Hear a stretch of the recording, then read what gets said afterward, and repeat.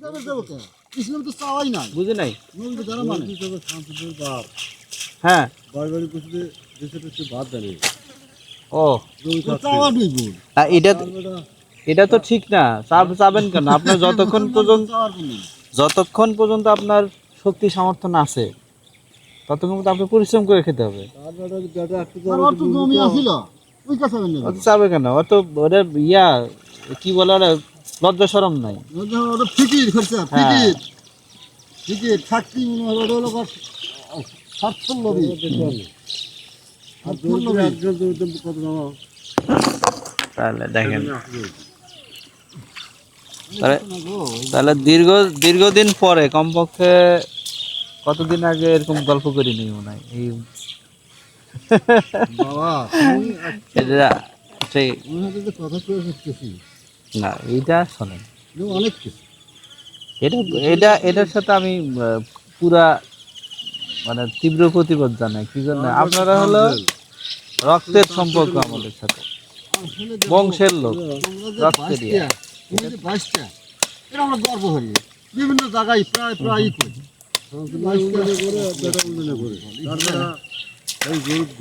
অনেক চাকরি হয় বলে অমুক জায়গা চাকরি হবে খায় আবার অন্ধ ছাড়া তার মানে বেশিরভাগ সরকারি চাকরিজীবীকে মানুষ মনে করে যারা ঘুষ খায়, কিন্তু হ্যাঁ, কিন্তু আমাদের দেখা মতে অনেক সরকারি চাকরিজীবী যারা আছে ঘুষ খায় না এবং খুব কষ্টে চলে, কেউ জানে না তখন আমি দৃষ্টিকোণ থাকি কিন্তু মানুষ কিন্তু বিশ্বাস করে না। হ্যাঁ বলেন। ওই লোক টিয়ন আছিল আচ্ছা, মৈত্রপুর মসজিদে নামাজ পড়তে গেছি তো ওই যা ওখানে মসজিদ ভাঙছে মসজিদ কাজ চলতেছে তুমি বয়ান দিল বুঝছো ভালো আচ্ছা আচ্ছা আচ্ছা বয়ান দিল দেখেন হক এবং সৎ এমন একটা জিনিস আমি প্রমাণ পেলাম কিভাবে দেখেন সময় বুঝছো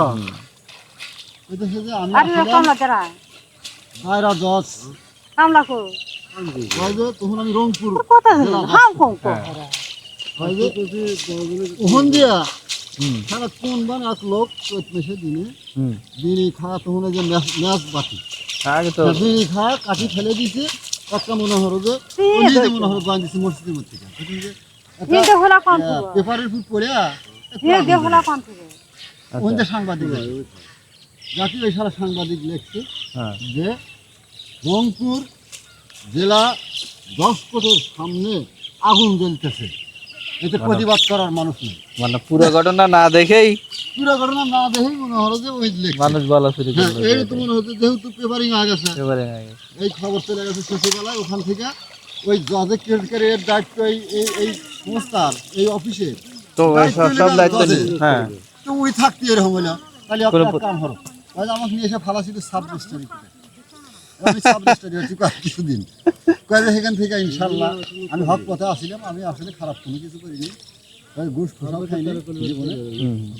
সেখান থেকে আমি অ্যাক্সিডেন্টে গেলাম, সেখান থেকে টিওনো, সেখান থেকে আমি দেখেন আবার তখন দেখেন বর্তমানে টিওনো কাছে ইনশাল্লাহ আপনাদের দোয়াত আমি আবার সচিবালয় চলে যাবো।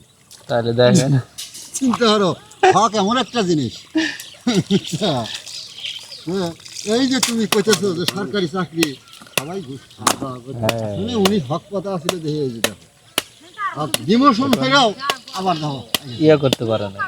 দেখেন এইটাই আল্লাহ রক্ষা করবেই যদি সততা থাকে হক দেওয়া কাছে হক হকের উপর মনে হলো যে আমাদের চলতে হবে। এটা হলো হক দুই প্রকারের, একটা বান্দার হক, একটা আল্লাহর হক। বান্দার হক মারিয়া আল্লাহর কাছে মনে হলো যে মাছ টাকা না, সেটা তো আল্লাহ বলছেই। বলেন এই জিনিসটা জানে না কারা? এমন একটা ব্যক্তি পাবেন যে আমি জানি না,